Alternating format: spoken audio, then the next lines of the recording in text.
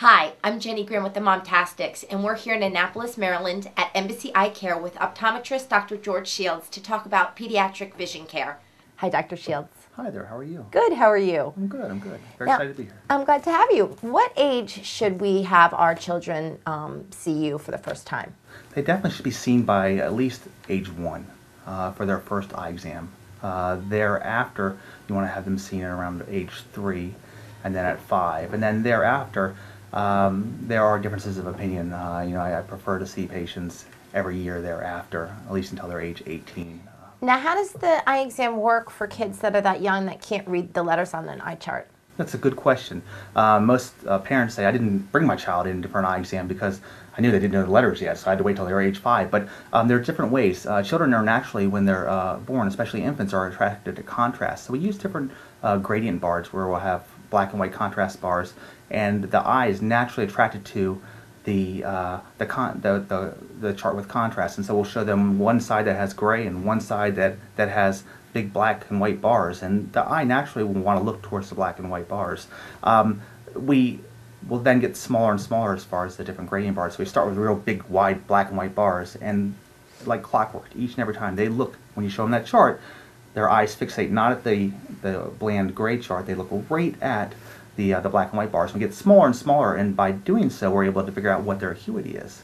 So even if they don't know their shapes or their numbers, they can still be effectively seen, and you can determine if there's a problem. Oh, there's a very good way for us to quantify what their vision is at age 6, 8, 9 months. Now, as they get older, they learn their shapes, like what's an apple, though that's a house, oh, that's a bird, that's a horsey, and there's different ways, there's different charts at different levels. But even as an infant, we can determine pretty accurately how well they're seen and whether they have a lazy eye or they don't have a lazy eye, which is one of the things that sometimes pediatricians can't pick up. They pick up gross things like tumors that may form in the eye prior to age 6 months, like retinoblastoma, which is the most common childhood type of cancer, most common thing that pediatricians are looking for. But we do a lot more tests. What are some of the other things that that you as an optometrist can discover that a pediatrician checking your child's eyes might miss? Are the eyes coordinated and working together? Is one eye weaker than the other? Eye dominancy? Do we actually have a lazy eye? Are they farsighted? Because you can see the charts.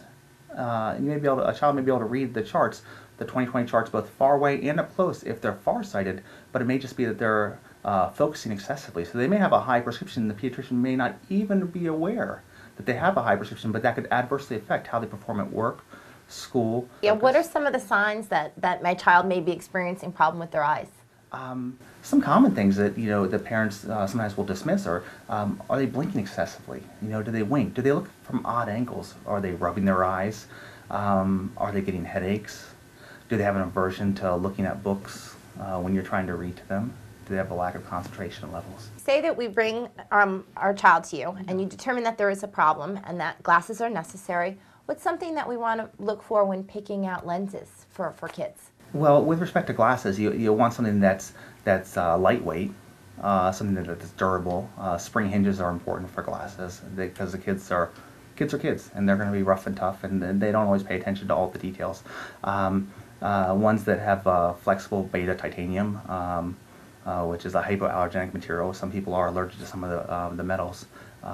Is something you want to look for. You definitely want to have a scratch guard on the lenses, and you want a shatterproof lens. You want what's called a polycarbonate material, which everyone should be using for that, so that it's impact resistant. If they get hit with a kickball or a volleyball or something, that it won't shatter. It protects the eyes. Now, here at Embassy, you carry very kid-friendly frames that have characters that are hugely popular, like Scooby-Doo, and so they're bound to find something that they like. Oh, absolutely, and sometimes we'll have children that come in because their friend at school actually just got a new pair of SpongeBob glasses, and all of a sudden, they can't see, and we have a lot of different tools that are at my disposal to make sure that they actually do need glasses, and not just desire glasses. And we have some that really, really desire glasses badly, and so with much that SpongeBob and Scooby-Doo logo on it. Yes, a lot of the young children are very brand conscious at times. Great. So we have a lot of the different brands, but But you know, all our frames that we have are durable and tend to be pretty resilient. And now for the maybe the teenage girl who's a little self-conscious about having to wear glasses, at what age can kids start wearing contacts?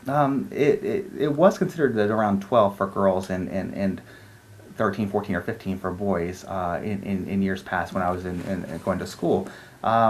There have been some articles in the past year that have demonstrated that the children are no more likely to have infection or have corneal problems, eye health problems, if they start even as soon as age 8 versus 12. No clinical difference as far as increased risk. But the most important aspect or thing for a child to have if they want to wear contact lenses is just that, is that they want. They need to be motivated. And sometimes we'll have parents that really want their child to have, you know, contact lenses, and that's really not enough. And the second thing that they need is they need to be responsible. So you need to be motivated and responsible. If they're motivated and they're responsible, we can teach them, and we'll teach them good techniques, good habits, get them on the right path, and they'll do very, very well. You know, most of the time we'll give them disposable contact lenses, and that will reduce the risk of infection and complications. Okay, now you just mentioned infection. I have to ask you, what is something that I can do to keep that disgusting pink eye as far away from my kids as possible?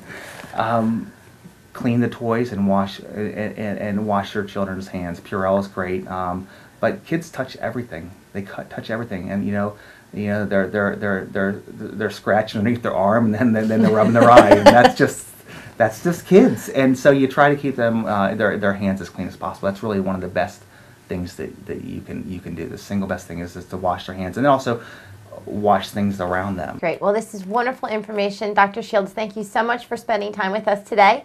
For more information, please visit our website at themomtastics.com. Embassy Eyecare is located on 234 Main Street in Annapolis, Maryland. You can call Dr. Shields to make an appointment at 410-268-8200.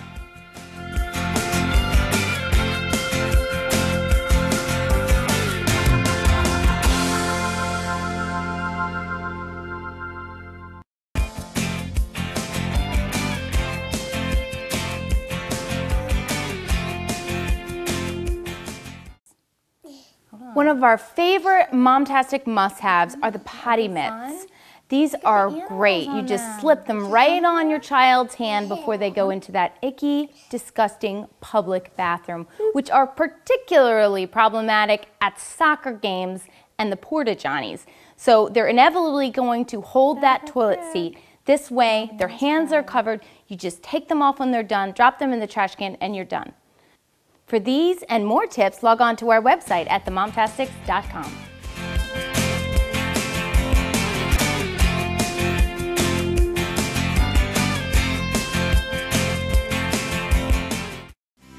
Coming up later, can your child do this? The Momtastics walk through the developmental milestones for the 12 to 18-month-old child. Hi, it's Jenny Grimm with the Momtastics here with another Momtastic must-have. I'm always in such a hurry. I can never seem to get the sippy cups filled up in time to get them out to the car when we have to go somewhere. So I end up stopping to get drinks, and drinking out of bottles like this isn't a task that my kids have yet mastered. So we found these incredible invention called the Sip and Spouts. You just pop them on, and it helps little ones not spill the water all over themselves when they drink. Here you go, princess. What is it? It's yummy. For more information about the Sip and Spouts and other great Momtastic must-haves, visit our website, www.themomtastics.com. What is this? Have a big sip. It's a yummy top. Summer pool days can be fun and exciting. The Momtastics will help you make sure they're safe too. Stay tuned for techniques from the experts at Infant Swim Resource on how to ensure your child has a safe swimming season.